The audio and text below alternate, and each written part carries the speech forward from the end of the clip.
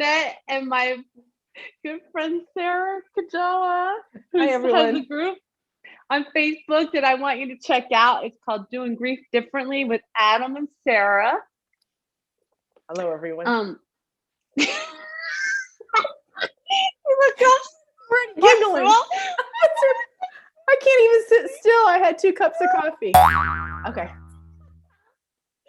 Today we would like to talk about. We want to talk about the.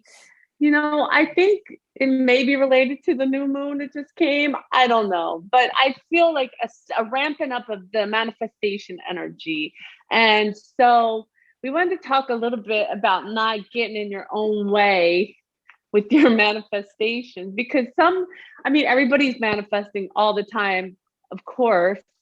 And a lot of people have been working on something really big for a while, and you just don't want to get in your own way. And we tend to do that with things like not trusting the flow, with, it's not happening the way I thought it would happen. So you kind of put the stop sign out. You stop the whole process. And sometimes it's kind of what they call a divine intervention that changes the way you're doing it. Doesn't mean it's wrong. What are your thoughts? Yeah, it doesn't mean it's wrong. When you're in the flow, because it feels easier in your body. And when we're resisting something, which is normal process, is bringing something to the surface to your awareness so you can kind of look at it more objectively. Why are you resisting it? Are you resisting succeeding at it? Is there some fear around it? What's coming up around it? Why, if you're so wholeheartedly into manifesting something, whether it's big or small, and then you resist it, what part of you is causing the resistance? Are you having like the gas pedal and the brake pedal? Are you riding both of them? Are you being cautious? That's a good analogy. Yeah. When you learn to drive, we do that, right?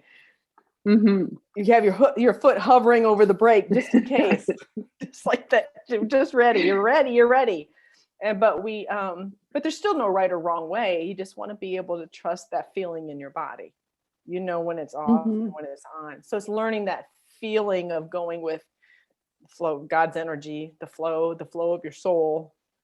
Or when you're cranky or feel like you're in a heavier energy, that lower vibration, it too. You can tell by your mood. That's just, you don't need a mood ring. You just know when you're off. Yeah. And sometimes that's a good point to take a nap or, try to meditate it out, because you don't want to work on your manifestations from that perspective, from that point of view. That's when you run into the coffee table. That's right. Yeah, or you get the text messages in the wrong order. Yeah, no, it's true. And I know too, when I was deep in grief, and I knew that if I couldn't hit the reset button when I was in it. You know what I mean? Mm-hmm. I had to switch my thoughts. Either I had to distract myself, get out in nature, do something, because it's hard to shift when you're in the momentum of it. You know what I mean? If you're going 100 miles an hour, you can't put your brakes on and stop on a dime. So you've got to okay, take a nap, take a shower, watch something funny or listen to music, something to distract yourself, to slow down that momentum of the heavier. Because when we get in those heavier energies, we've created a huge mountain out of a molehill. Yes. Easily. Well, we do it at 3:00 in the morning. We can do that too, right? We take one thing and it turns right.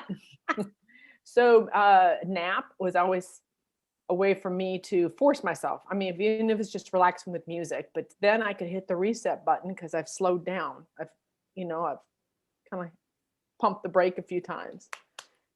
Then I can kind of switch my vibration a little bit. Get back in the flow again. Yeah, how's that? Absolutely. Yeah. And I know I said trust the flow, but another thing is to trust your own self. Sometimes we'll make plans and get started moving toward what we're manifesting, and we're ready, but we want to throw everything in there to kind of, because you're scared, you're afraid that you will fail. Or maybe, like you said, maybe some people are afraid of success, for whatever reason. I know there's things like you might lose friends or what, but they're not your friends anyway, but you know what I mean. Yeah, no, it is. It's a fear of moving forward. There's a fear of yes, a fear of moving forward. Absolutely. And it might be because you went through something similar, and so it's taking you back to the same emotions. So you got to clear up that. Yeah. Oh yeah. Yep. Yeah, we talked about something like that. Yeah. Oh yeah. We both know that. Yeah. Oh yeah. So I think what else do you think is kind of pertinent on this to, besides recognizing your own energies?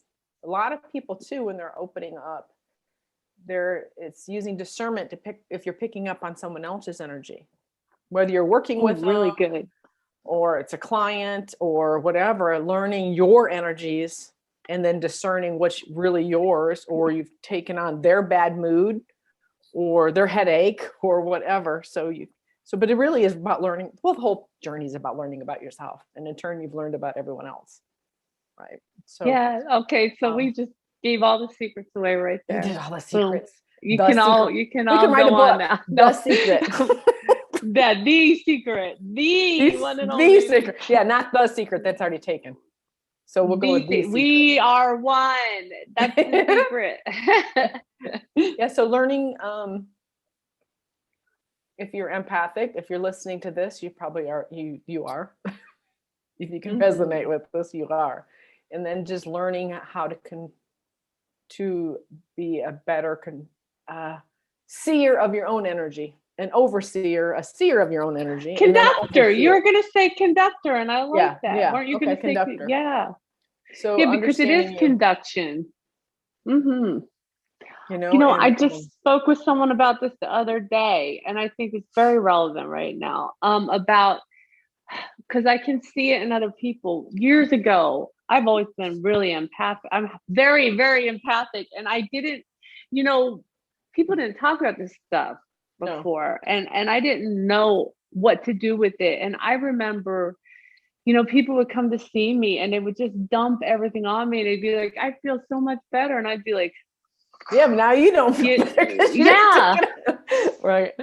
So learning how to recognize if it's your energy or not is good, and learning how to bring your own soul energy in so much that none of that negative energy can come into your, what I mean? Yeah. It's just like when darkness comes into light, it's gone because it's just light. So even just the intention of seeing yourself that way is helpful in keeping people's energy from attaching to you and pulling you down.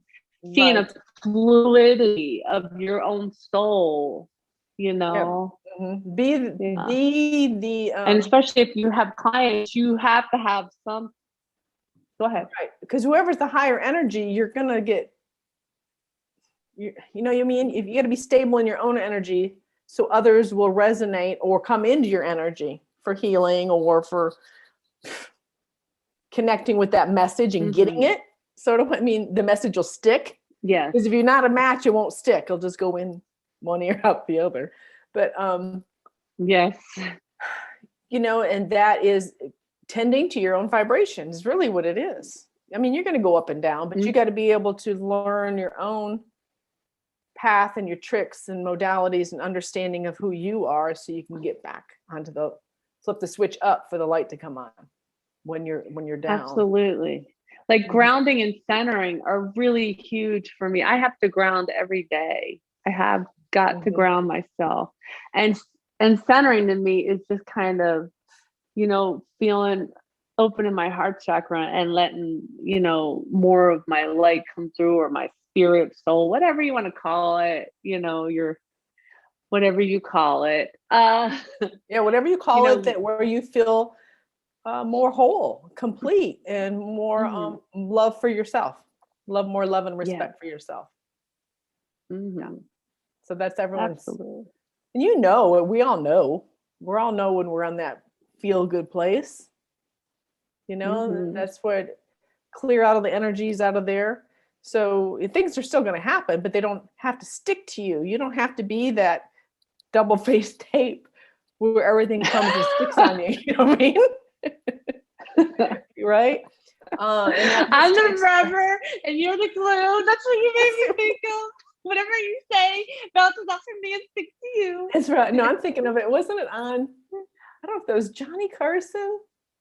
I don't know, one of the talk shows where you had the Velcro wall and you had the suit and you run and you jump and you stick to the Velcro wall.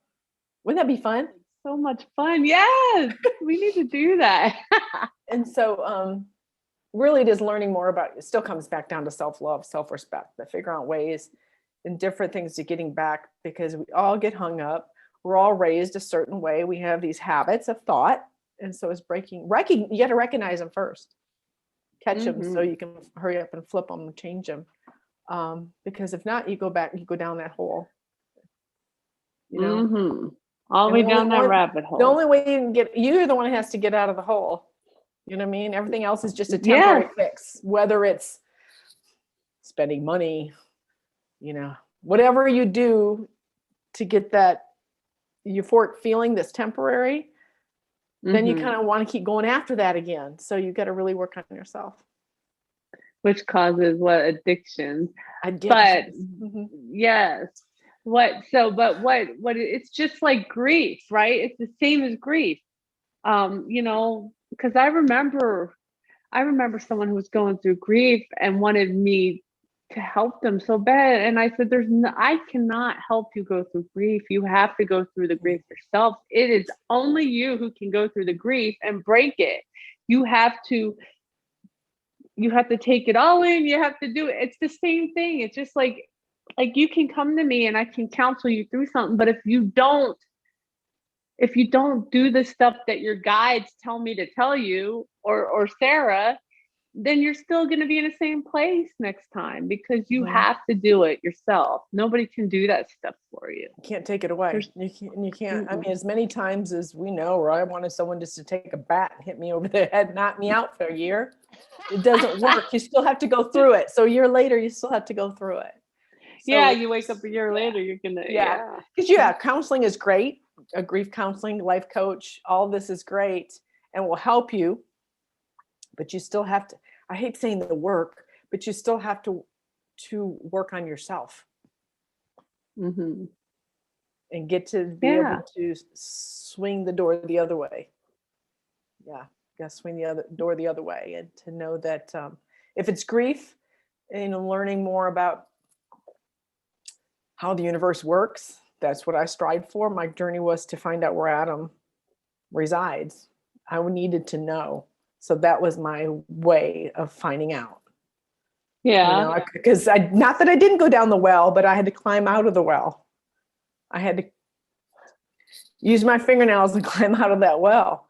I had to want to live. He's such a dork when you said that. He's like dancing around saying, I reside here, I reside here, I reside here, I reside. He's being a dork. He's being a dork. That's why I'm laughing. I'm not laughing at you. It is dorky. But it is a process. You don't know how much you've taken on in your life until you start being able to pull it off.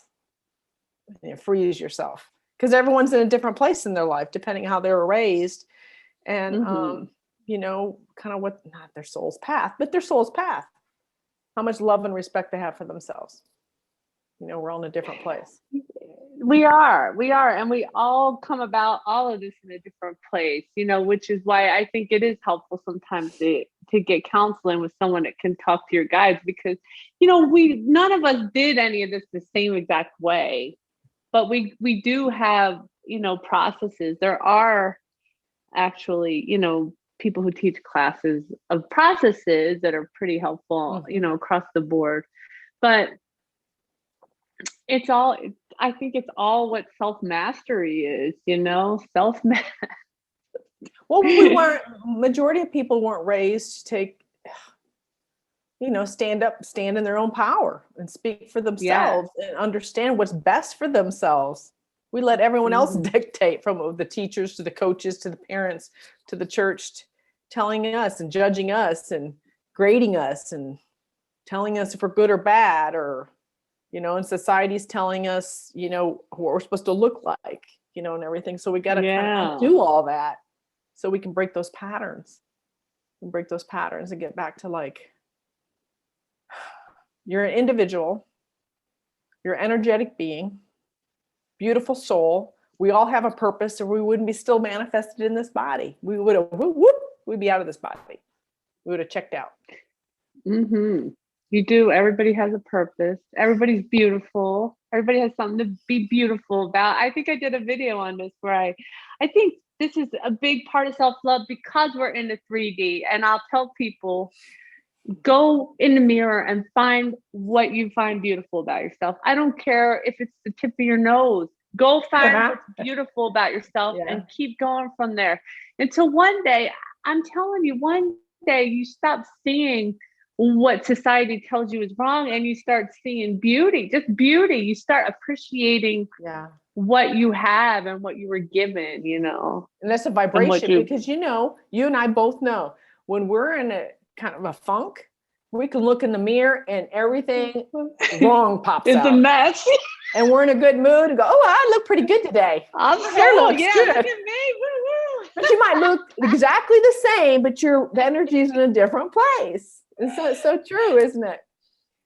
So that's where the mastery of your own energy is. But I do remember, and I think I've told you this before and brought it up. I did EFT tapping group for about 6 months after Adam passed. Yeah. There's a local one like 20 miles from here that I was doing once a week.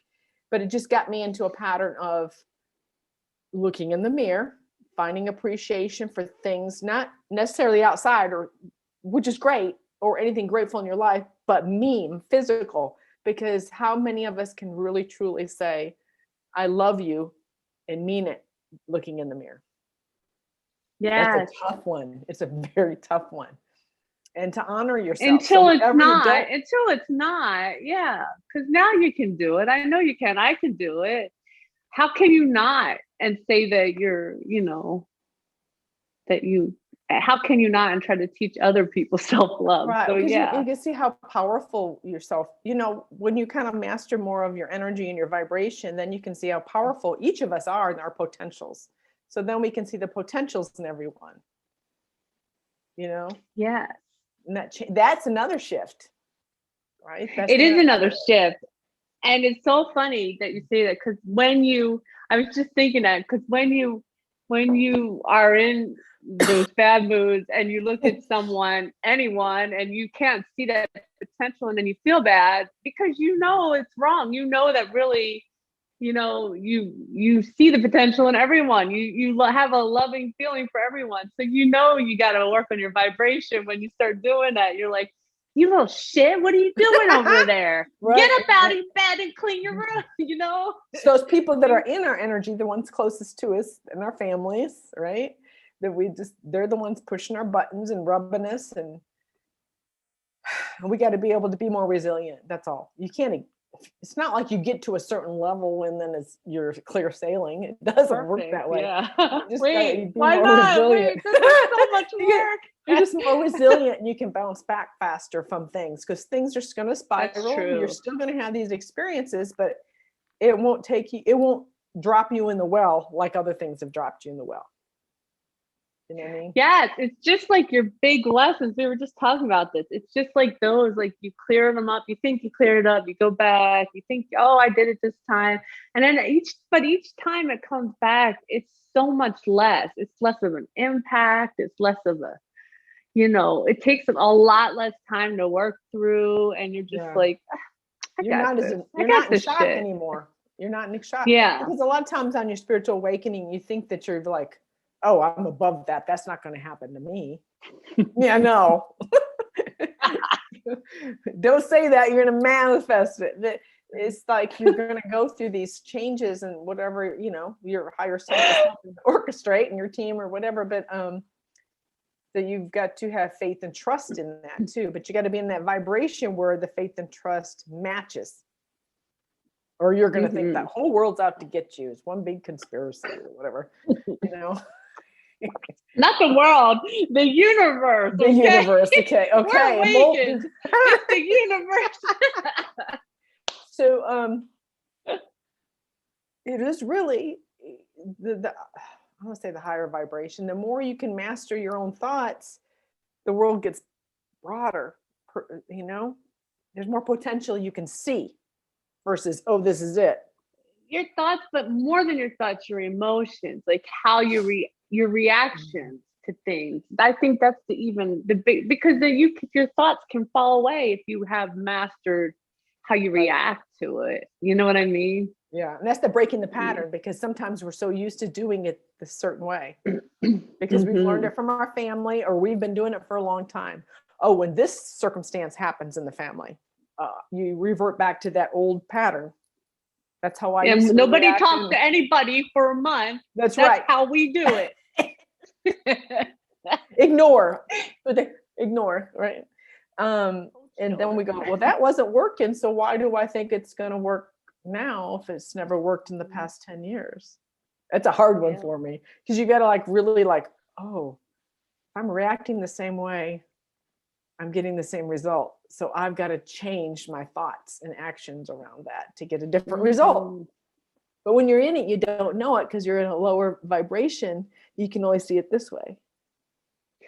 Yeah, because you already stubbed your toe, it fell out of your bed, and it almost got run over by the car. So of course you're, I don't know. I'm just throwing some stuff in there. No, it's all good stuff. And it's food for thought too. Yeah. So figuring out and it's going to vary. So then as you shift, you're going to have different things you need to reach for. But if you're, you can look at from, looking at your childhood. That's always, usually everything stems from childhood. It always does. Might not come through chronological order, why things happen, but you can. It's got that old saying where I do a lot of that. Yeah, I do a lot of regression with people because you'll see it right away when they say, well, I blah, blah, blah. Oh, well, that's because isn't that something your dad did? Oh, yeah. Yeah, see, I want you to go back to that. Yeah. Go back to that and focus on that and heal that and rewrite it. See it differently. Try a different thought pattern around that memory, that trigger or whatever. I have a whole big thing I do. I think it works amazingly. But who taught me a lot of that was my dad. My dad passed away. And I think I was in, Tiffany did a thing for that group of us. Yeah. What was that group of? Okay.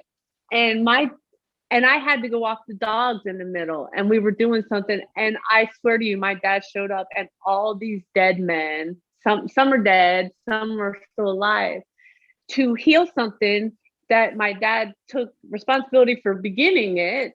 And it was just amazing, just the way that it came up. And I'm just crying by the time I'm done walking the dog. I remember that when you're walking the dog, but see, that's what you needed probably, is to walk the dog to open up, have a clear space for that thought to come in. And there you go. Yeah, all these people should, epiphany. Yes. Epiphany from Tiffany. I know, right? I know I'm lucky that I can see and I can hear and feel very well, but it was so clear out there. It was perfect.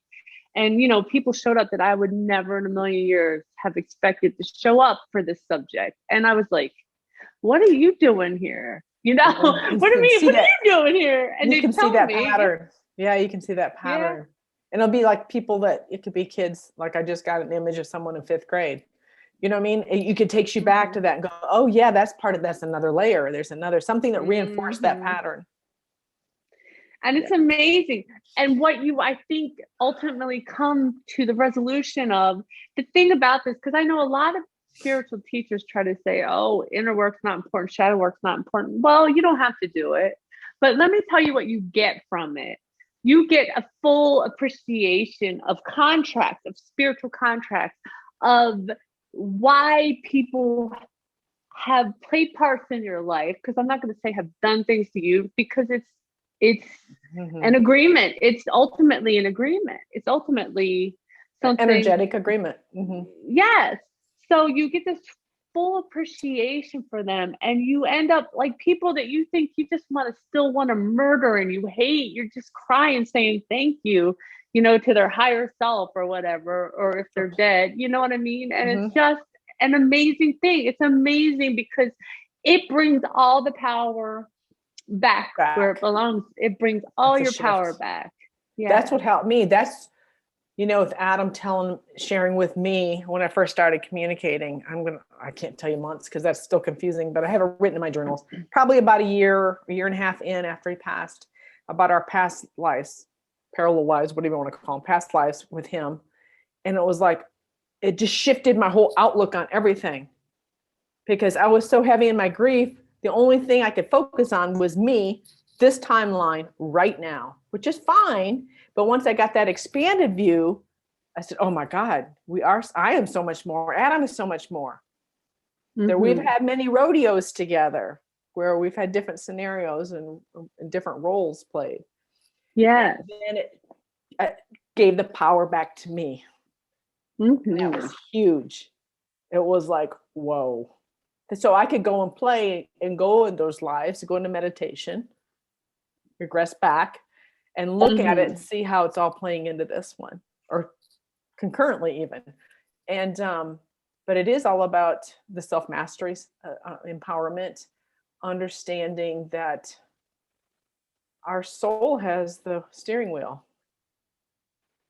You know what I mean? Sometimes even that's and going yes on the bumpy because part I want of the to road. touch this. There's someone's going to watch this that needs to hear this, so I want to touch this. Okay.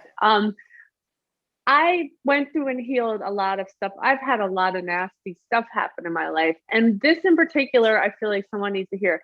So I healed this man who I don't know. He was an older man, and he molested me and my sister. I was like 2 or 3 years old, and this went on for a really long time. And which I saw a lot of cool stuff when I did that. You're writing something down. Anyway, but what I learned from that and other abuses that I suffered is that I have so many lifetimes where I am not married or with kids, but I am taking care of people who go through this kind of thing. So to be and then there was other things too, which is personal. So I don't want to other people, but, I have so many lives where I do this, where I would take care of people, and it creates like a cross ability of empathy and compassion when you go through it. And then especially after you heal it. Do you want to say it now, or are you going to tell me after? Yeah, but you and I said we were going to do this about, sexual abuse because we both have that in common. So we'll do another video for anyone who's interested. Oh, okay. We'll talk about that. Without leaving names out. Yes. But we'll do that. I'll write it down too. That was supposed to be on our list and we forgot about it. Okay, good. Yeah. So yes, don't you think that? I think that is the whole journey of everyone that is in their physical manifestation right now, is to become more compassionate. Whether it's recognizing in other lives with those threads, our triggers and everything else, because until you could feel that oneness factor, it's normal to feel separate. That's just part of the learning and growth coming in and out. But you recognize a piece of them is a piece of you, whether it's a horrible experience they went through or something did to you. You do.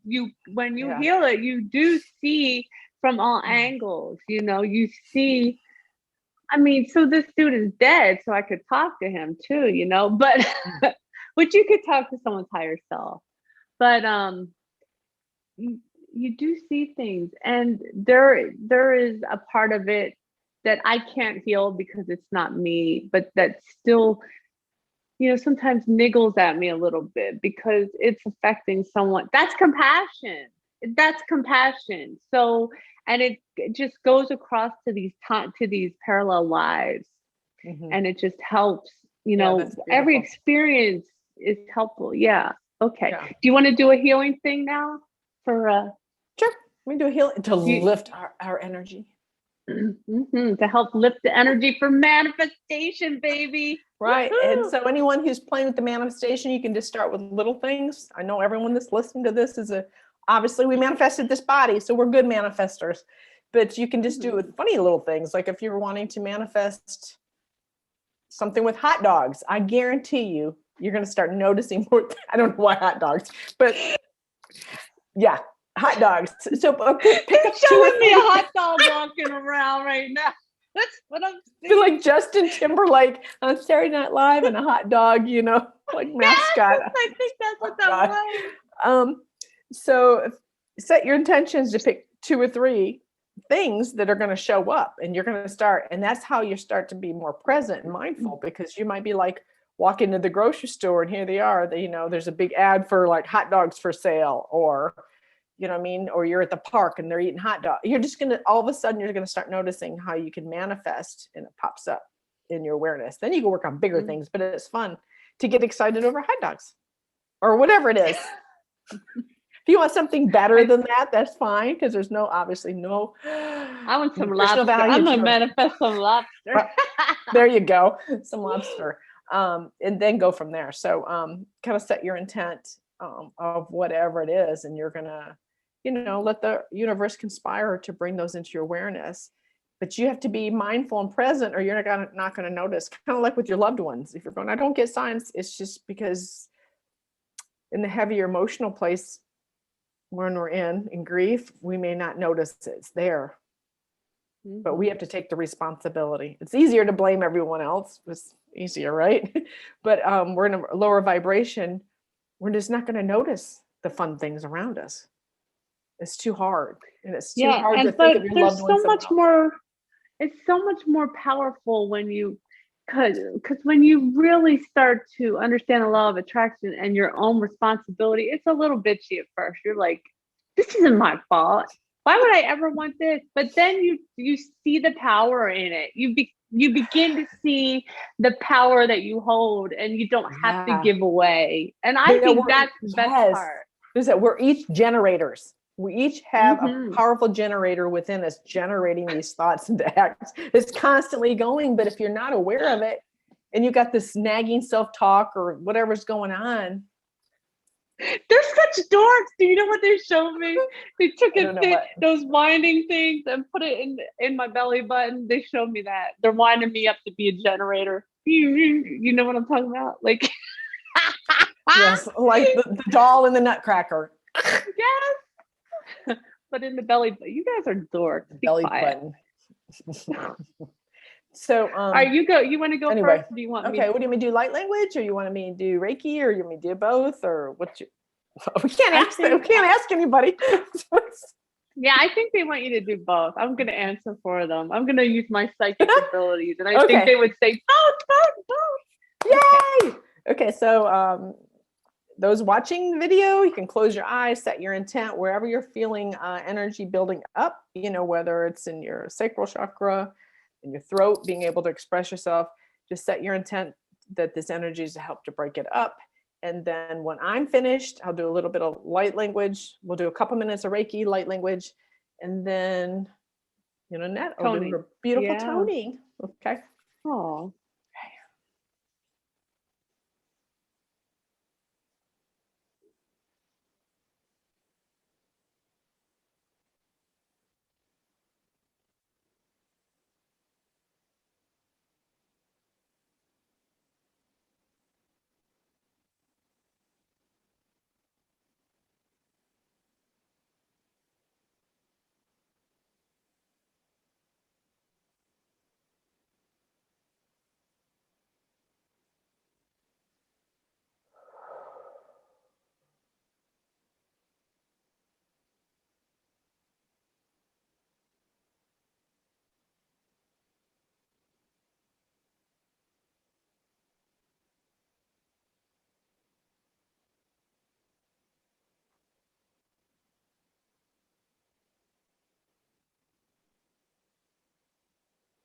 Ayamakaya siki na na na waigamaya takatitida nama I samakataya ayawayataya naya namamani nini na aya oya antakayata aya tititi aya makadawaya aya ayamana anana inini wana mana tara titida ayamakadata titida bakada ani mana ayawana kadata aya tatiti anya nitikira anya I name ya atakatitia you atikadi atikatika ya karakatika la da kapita di da ama ni misika yo ada titika na Ni ni ni ni na nikitwana makataya ti tabatati ti amanyada akatata ti wayataya ayaya namakari ed ayatati iti adaya tiaya td.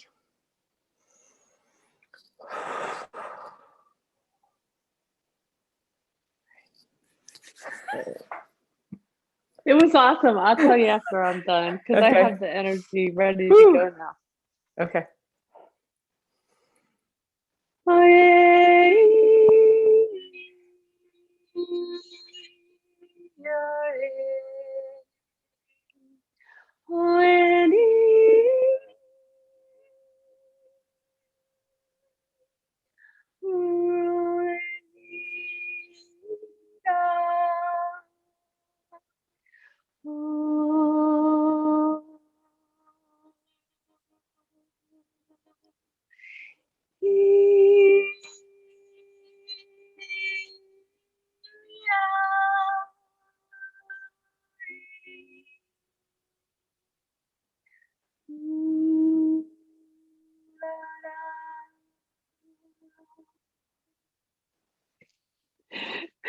They wanted to go forever. I was No. like, that's good. Let's end It this. was very calming, and that's what you needed to be after me, because it was very calming, and it felt like I was just being able, like, whisked away into the soft energy. Yeah, because you kind of see when you did your Reiki, it's like I felt like I was being blown up like a balloon, but with good love energy. It was beautiful. And then, well, I heard certain things in your light language that were very personal, so I don't necessarily need to share that, but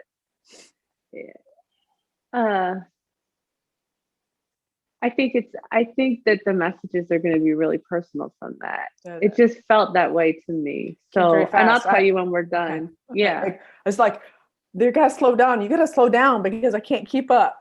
You know, I had to try. It's getting faster and faster and faster. It was like, I can't.